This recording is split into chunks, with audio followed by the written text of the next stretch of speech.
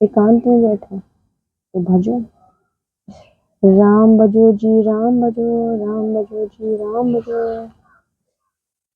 शिव पुराण की जय, भक्त वत्सल भगवान की जय। शिव कैलाशी नाथों के परम पावन महापापों को हरने वाली शिव पुराण कथा का हम लोग आज स्तवन करेंगे। शिव जी की कृपा से आज हमारा जो अध्याय है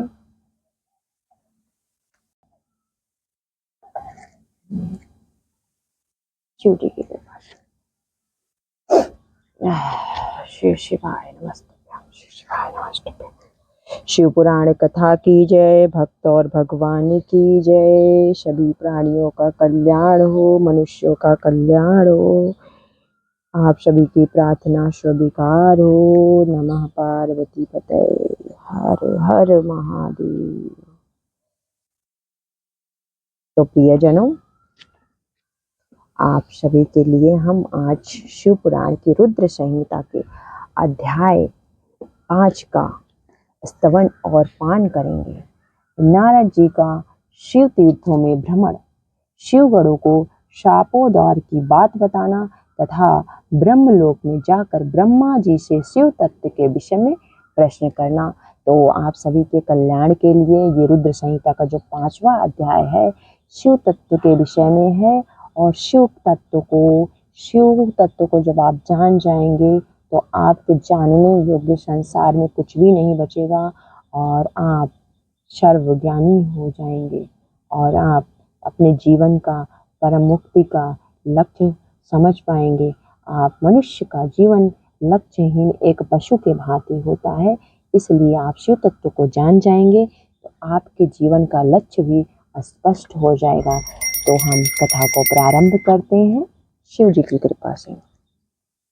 सूत जी कहते हैं, महर्षियों, भगवान श्री हरि के अंतर ध्यान हो जाने पर मुनि श्रेष्ठ नारद शिवलिंगों का भक्ति पूर्वक दर्शन करते हुए पृथ्वी पर विचरने लगे।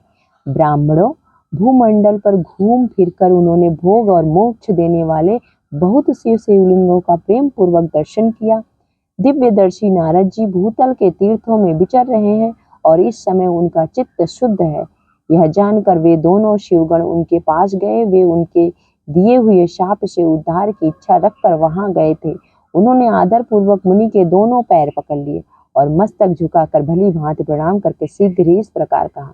शिवगण बोले, ब्राह्मण, हम दोनों शिव के गण हैं। मुने, हमने ही आपका अपराध किया है। राजकुमारी श्रीमती के स्वयंवर में आपका चित्त माया से मोहित हो रहा था। उस समय परमेश्वर की प्रेरणा से आपने हम दोनों को शाप दे दिया। वहां कुछ समय जानकर हमने चुप रह जाना ही अपनी जीवन रक्षा का उपाय समझा। इसमें किसी का दोष नहीं, हमें अपने कर्म का ही फल प्राप्त हुआ है।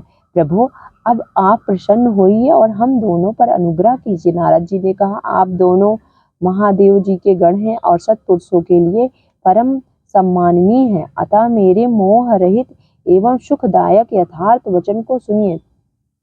पहले निश्चय ही मेरी बुद्धि भ्रष्ट हो गई थी, बिगड़ गई थी और मैं सर्वथा मोह के वशीभूत हो गया था, इसलिए आप दोनों को मैंने शाप दे दिया। शिवगणों, मैंने जो कुछ कहा है वह वैसा ही होगा, तथापि मेरी बात सुनिए। मैं आपके लिए शापोद्धार की बात बता रहा हूँ। आप लोग आज मेरे अपराध को क्षमा कर दें। मुनिवर विश्वा के वीर्य से जन्म ग्रहण करके आप संपूर्ण दिशाओं में प्रसिद्ध कुंभकर्ण रावण राक्षस का पद प्राप्त करेंगे और बलवान वैभव से युक्त तथा परम प्रतापी होंगे। मतलब कुंभकर्ण और रावण राक्षस दो भाई के रूप में, जिन्हें शिवगण जो है ये शिवगण ही है, इसीलिए रावण जो थे वो शिव भक्त, बहुत बड़े शिव भक्त थे। राक्षस राज्य का पद प्राप्त करेंगे और बलवान वैभव से युक्त तथा परम प्रतापी होंगे। समस्त ब्रह्मांड के राजा होकर शिव भक्त एवं जितेंद्रिय होंगे और शिव के ही दूसरे स्वरूप श्री विष्णु के हाथों मृत्यु पाकर फिर अपने पद पर प्रतिष्ठित हो जाएंगे। शिव जी की बड़ी महिमा है। महादेव कहते हैं, महर्षियों, महात्मा नारद मुनि की यह बात सुनकर वे दोनों शिवगण प्रसन्न हो सानंद अपने स्थान को लौट गए। श्री नारद जी भी अत्यंत आनंदित हो अनन्य भाव से भगवान शिव का ध्यान तथा शिव तीर्थों का दर्शन करते हुए बारंबार भूमंडल में विचरने लगे। अंत में वे सब के ऊपर विराजमान शिवप्रिया काशीपुरी में गए, जो शिव स्वरूपणी एवं शिव को सुख देने वाली है। काशीपुरी का दर्शन करके नारद जी कृतार्थ हो गए। उन्होंने भगवान काशीनाथ का दर्शन किया और परम प्रेम एवं परमानंद से युक्त हो उनकी पूजा की। काशी का सानंद सेवन करके वे मुनि श्रेष्ठ कृतार्थ का अनुभव करने लगे और प्रेम से विह्वल हो उसका नमन कर वर्णन तथा स्मरण करते हुए ब्रह्मलोक को गए। निरंतर शिव का स्मरण करने से उनकी बुद्धि शुद्ध हो गई थी। वहां पहुंचकर शिव तत्व का विशेष रूप से ज्ञान प्राप्त करने की इच्छा से नारद जी ने ब्रह्मा जी को भक्ति पूर्वक नमस्कार किया और नाना प्रकार के स्तोत्रों द्वारा उनकी स्तुति करके उनसे शिव तत्व के विषय में पूछा। उस समय नारद जी का हृदय भगवान शंकर के प्रति भक्ति भावना से परिपूर्ण था। नारद जी बोले, ब्राह्मण ब्रह्मा परमात्मा के स्वरूप को जानने वाले पितामह जगत प्रभु, आपकी कृपा प्रसाद से मैंने भगवान विष्णु के उत्तम महात्म्य का पूर्णतया ज्ञान प्राप्त किया। भक्ति मार्ग, ज्ञान मार्ग, अत्यंत दुस्तर तपो मार्ग, दान मार्ग तथा तीर्थ मार्ग का भी वर्णन सुना है, परंतु शिव तत्व का ज्ञान मुझे अभी तक नहीं हुआ है। मैं भगवान शंकर की पूजा विधि को भी नहीं जानता। अतः प्रभु, आप क्रमशः इन विषयों को तथा भगवान शिव के विविध चरित्रों को तथा उनके स्वरूप तत्व प्राकट्य विवाह गृहस्थ धर्म सब मुझे बताइए। निष्पाप पितामह, ये सब बातें तथा और भी जो आवश्यक बातें हों उन सब का आपको वर्णन करना चाहिए। प्रजानाथ शिव और शिवा के आविर्भाव एवं विवाह का प्रसंग विशेष रूप से कहिए तथा कार्तिकेय के जन्म की कथा भी मुझे सुनाइए। प्रभु, पहले बहुत लोगों से मैंने ये बातें सुनी हैं किंतु तृप्त नहीं हो सका, इसलिए आपकी शरण में आया हूँ। आप मुझ पर कृपा कीजिए। अपने पुत्र नारद की यह बात सुनकर लोक ब्रह्मा वहाँ इस प्रकार बोले। तो ये कथा का 5वां अध्याय है, जिसमें अभी शिव तत्व के बारे में 6ठे अध्याय में ब्रह्मा जी बताएंगे नारद जी को। तो हम 6ठा अध्याय भी शुरू करते हैं। महाप्रलय काल में एक साथ रहता है, तो ये 6ठा अध्याय है। महाप्रलय काल में केवल सद ब्रह्मा की सत्ता का प्रतिपादन, उस निर्गुण निराकार ब्रह्म से ईश्वर मूर्ति सदाशिव का प्राकट्य, सदाशिव द्वारा स्वरूप भूता शक्ति अंबिका का प्रकटीकरण, उन दोनों के द्वारा उत्तम क्षेत्र काशी आनंद वन का प्रादुर्भाव, शिव के वामांग से परम पुरुष विष्णु का आविर्भाव तथा उनके साकार से प्राकृत तत्वों की क्रमशः उत्पत्ति का वर्णन है। तो शिव जी के इस विशाल स्वरूप से विष्णु के शिव के वामांग से हम यहाँ देख रहे हैं कि विष्णु जी का प्राकट्य होता, आविर्भाव होता है। तो शिव इतने महान हैं, विशाल हैं, देव त्रिदेव इन्हीं से सभी उत्पन्न हुए हैं। तो हम अभी ब्रह्मा जी से शिव तत्व के बारे में आगे सुनते हैं। ब्रह्मा जी कहा, ब्राह्मण देव शिरोमणि, तुम सदा समस्त जगत के उपकार में ही लगे रहते हो। तुमने लोगों के हित की कामना से यह बहुत उत्तम बात पूछी है, जिसके सुनने से संपूर्ण लोगों के समस्त पापों का क्षय हो जाता है। उस अनामय शिव तत्व का मैं तुमसे वर्णन करता हूँ। शिव तत्व का स्वरूप बड़ा ही उत्कृष्ट और अद्भुत है। जिस समय समस्त चराचर जगत नष्ट हो गया था, सर्वत्र केवल अंधकार ही अंधकार था। न सूर्य दिखाई देते थे, न चंद्रमा, अनन्य ग्रहों और नक्षत्रों का भी पता नहीं था। न दिन होता था न रात, अग्नि पृथ्वी वायु और जल की भी सत्ता नहीं थी। प्रधान तत्व अव्याकृत प्रकृति से रहित सोना आकाश मात्र शेष था। दूसरे किसी तेज की उपलब्धि नहीं होती थी। आदि कृष्ण आदि का भी अस्तित्व नहीं था। शब्द और स्पर्श भी साथ छोड़ चुके थे। गंध और रूप की भी अभिव्यक्ति नहीं होती थी। रस का भी अभाव हो गया था। दिशाओं का भी भान नहीं होता था। इस प्रकार सब और निरंतर सूचिभेद घोर अंधकार फैला हुआ था। उस समय तत्स ब्रह्मा इस श्रुति में जो सत्य सुना जाता है, एकमात्र वही शेष था। जब यह वह ऐसा जो इत्यादि रूप से निर्दिष्ट होने वाला भावाभाव जगत नहीं था, उस समय एकमात्र वह सत्य ही शेष था, जिसे योगी जन अपने हृदय काश के भीतर निरंतर देखते हैं। वह सत्य तत्व मन का विषय नहीं, वाणी का भी वहां तक भी कभी पहुंच नहीं होती। वह नाम तथा रूप रंग से भी शून्य है।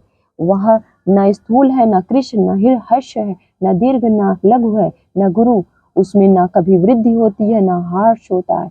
श्रुति भी उसके विषय में चकित भाव से है, इतना ही कहती है, अर्थात उसकी सत्ता मात्र का ही निरूपण कर पाती है, उसका कोई विशेष विवरण देने में असमर्थ हो जाती है। वह सत्य ज्ञान स्वरूप अनंत परमानंदमय परम ज्योति स्वरूप अप्रमेय आधार रहित निरविकार निराकार निर्गुण योगी गम सर्वव्यापी सबका एकमात्र कारण निर्विकल्प निरारंभ माया शून्य उपद्रव रहित अद्वितीय अनादि अनंत संकोच विकास से शून्य तथा चिन्मय है, जिस परम ब्रह्म के विषय में ज्ञान और अज्ञान से पूर्ण उक्तियों द्वारा इस प्रकार ऊपर बताए गए विकल्प किए जाते हैं। उसने कुछ काल के बाद सृष्टि का समय आने पर द्वितीय की इच्छा प्रकट की। उसके भीतर एक से अनेक होने का संकल्प उदित हुआ। तब उस निराकार परमात्मा ने अपनी लीला शक्ति से अपने लिए मूर्ति आकार की कल्पना की। वह मूर्ति संपूर्ण ऐश्वर्य गुणों से संपन्न सर्वज्ञानमयी शुभ स्वरूपा सर्वव्यापिनी सर्वरूपा सर्वदर्शी सर्वकारिणी सबकी एकमात्र वंदनीय सर्वथा सब कुछ देने वाली और संपूर्ण संस्कृतियों का केंद्र थी। उस शुद्ध रूपड़ी ईश्वर मूर्ति की कल्पना करके वह अद्वितीय अनादि अनंत सर्व प्रकाश चिन्मय सर्वव्यापी और अविनाशी पर ब्रह्म अंतर्निहित हो गया। जो मूर्ति रहित परम ब्रह्म है, उसी की मूर्ति चिन्मय आकार भगवान सदाशिव है। अर्वाचीन और प्राचीन विद्वान उन्हीं को ईश्वर कहते हैं। उस समय एकाकी रहकर स्वेच्छानुसार विहार करने वाले उन सदाशिव ने अपने विग्रह से स्वयं ही एक स्वरूप भूताशक्ति की सृष्टि की, जो उनके अपने श्री अंग से कभी अलग होने वाली नहीं थी। उस पराशक्ति को पराधा प्रधान प्रकृति गुणवती माया बुद्धि तत्व की जननी तथा विकार रहित बताया गया है। यही वह शक्ति अंबिका कही गई है। उसी को प्रकृति सर्वेश्वरी त्रिदेव जननी नित्य और मूल कारण भी कहते हैं। सदाशिव द्वारा प्रकट की गई उस शक्ति के 8 भुजाएं हैं। उस शुभ लक्षणा देवी के मुख की शोभा विचित्र है। वह अकेली ही अपने मुखमंडल में सदा एक सहस्त्र चंद्रमाओं की कांति धारण करती है। नाना प्रकार के आभूषण उसके श्री अंगों में की शोभा बढ़ाते हैं। वह देवी नाना प्रकार की गतियों से संपन्न है और अनेक प्रकार के अस्त्र शस्त्र धारण करती है। उसके खुले हुए नेत्र खिले हुए कमल के समान जान पड़ते हैं। वह अचिंत तेज से जगमगाती है। वह सबकी योनि है और सदा उद्यमशील रहती है। एकाकिनी होने पर भी वह माया संयोग सात अनेक हो जाती है। वे जो सदाशिव है उन्हीं परम पुरुष ईश्वर शिव शंभु और महेश्वर कहते हैं। वे अपने मस्तक पर आकाश गंगा को धारण करते हैं। उनके भाल देश में चंद्रमा शोभा पाते हैं। उनके 5 मुख हैं और प्रत्येक मुख में 3-3 नेत्र हैं। उनका चित्त सदा प्रसन्न रहता है। वे 10 भुजाओं से युक्त और जो त्रिशूलधारी हैं। उनके श्रीअंगों की प्रभा कर्पूर के समान श्वेत गौर है। वे अपने सारे अंगों में भस्म रमाए रहते हैं। उन काल रूपी ब्रह्मा एक ही समय शक्ति के नाथ शिवलोक नामक क्षेत्र का निर्माण किया था।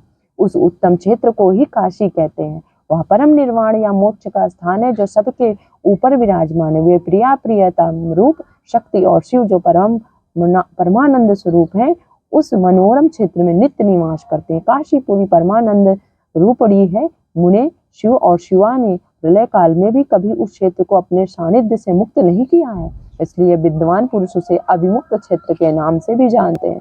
वह क्षेत्र आनंद का हेतु है, इसलिए पिनाकधारी शिव ने पहले उसका नाम आनंद वन रखा था। उसके बाद वह अभिमुक्त के नाम से प्रसिद्ध हुआ। देवर्षि एक समय उस आनंद वन में रमण करते हुए शिवा और शिव के मन में यह इच्छा हुई कि किसी दूसरे पुरुष की भी सृष्टि करनी चाहिए, जिस पर यह सृष्टि संचालन का महान भार रखकर हम दोनों केवल काशी में रहकर इच्छानुसार विचरें और निर्वाण धारण करें।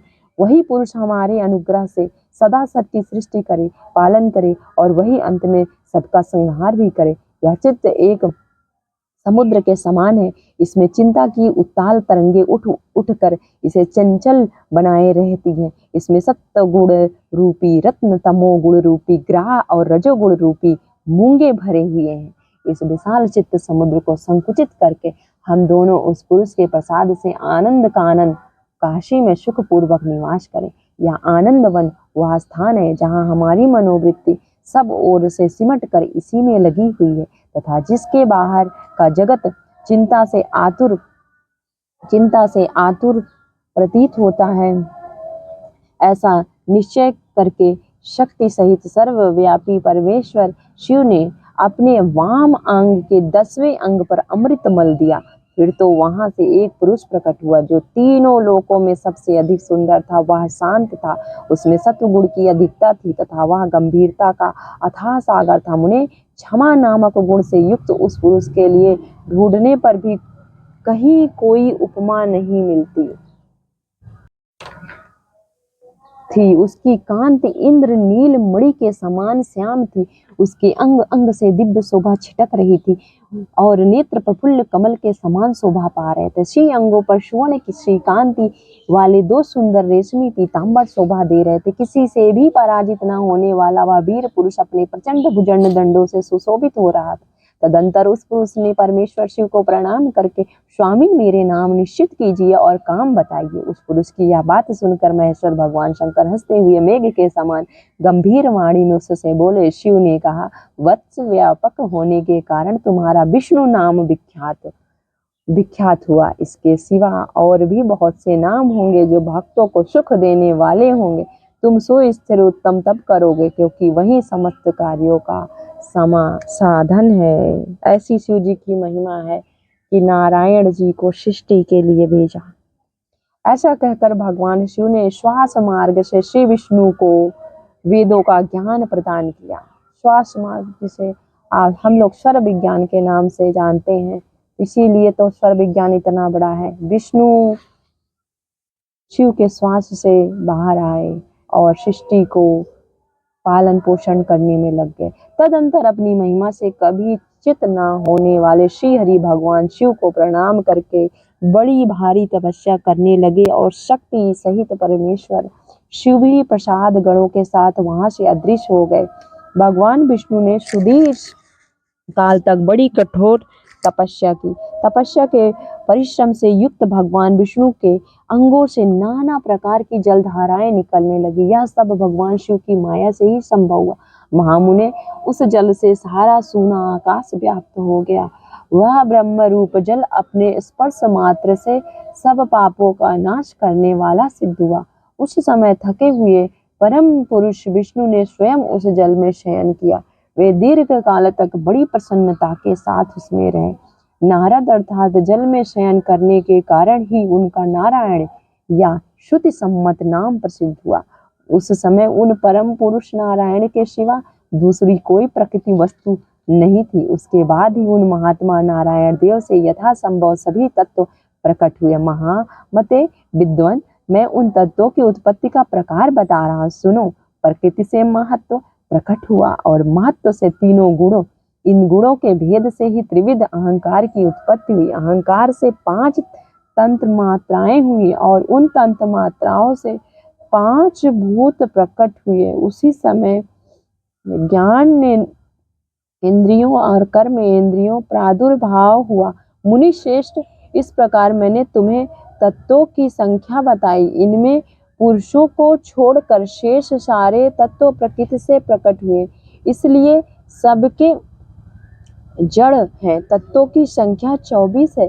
उस समय एकाकार हुए 24 तत्वों को ग्रहण करके वे परम पुरुष नारायण भगवान शिव की इच्छा से ब्रह्म रूप जल में सो गए। इस प्रकार 6ठा अध्याय रुद्र संहिता का संपूर्ण हुआ शिव जी की कृपा से। ये महात्म्य बहुत वात्सल्य भरा था, करुणा भरा, क्योंकि शिव के द्वारा नारायण की उत्पत्ति संबंधी हमारे तो रोंगटे रोंगटे खड़े हो गए। ऐसा अद्भुत मैंने अपने जीवन में ऐसी कथा नहीं सुनी। मैं खुद भी स्तब्ध हूँ, मेरे पास कोई इस तरह के शब्द नहीं है, भाव विभोर हूँ कि मैं आप सभी को वर्णन कर पाऊँ कि मैं क्या अनुभूति कर रही हूँ।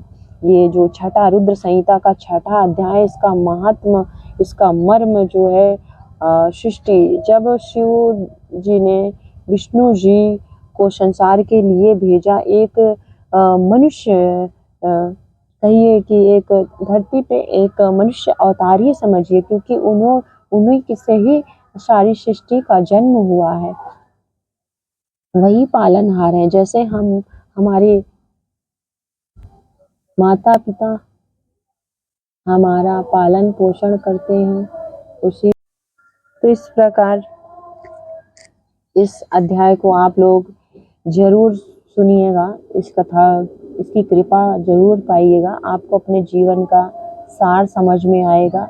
जब जब भगवान ही जन्म लेके जिस तरह से लोगों की सेवा करते हैं, उस प्रकार उनका शिव की ही कार्य करते हैं, तो हम मनुष्य भी शिव के ही कार्य करें। शिव के कार्य करते रहिए। आपको जो भी लक्ष्य की प्राप्ति करनी है वह स्वतः ही प्राप्त हो जाएगा। हर हर महादेव। नमः पार्वती पतये। शिव पुराण कथा की जय। श्री शिवाय नमस्तुभ्यं। श्री शिवाय नमस्तुभ्यं।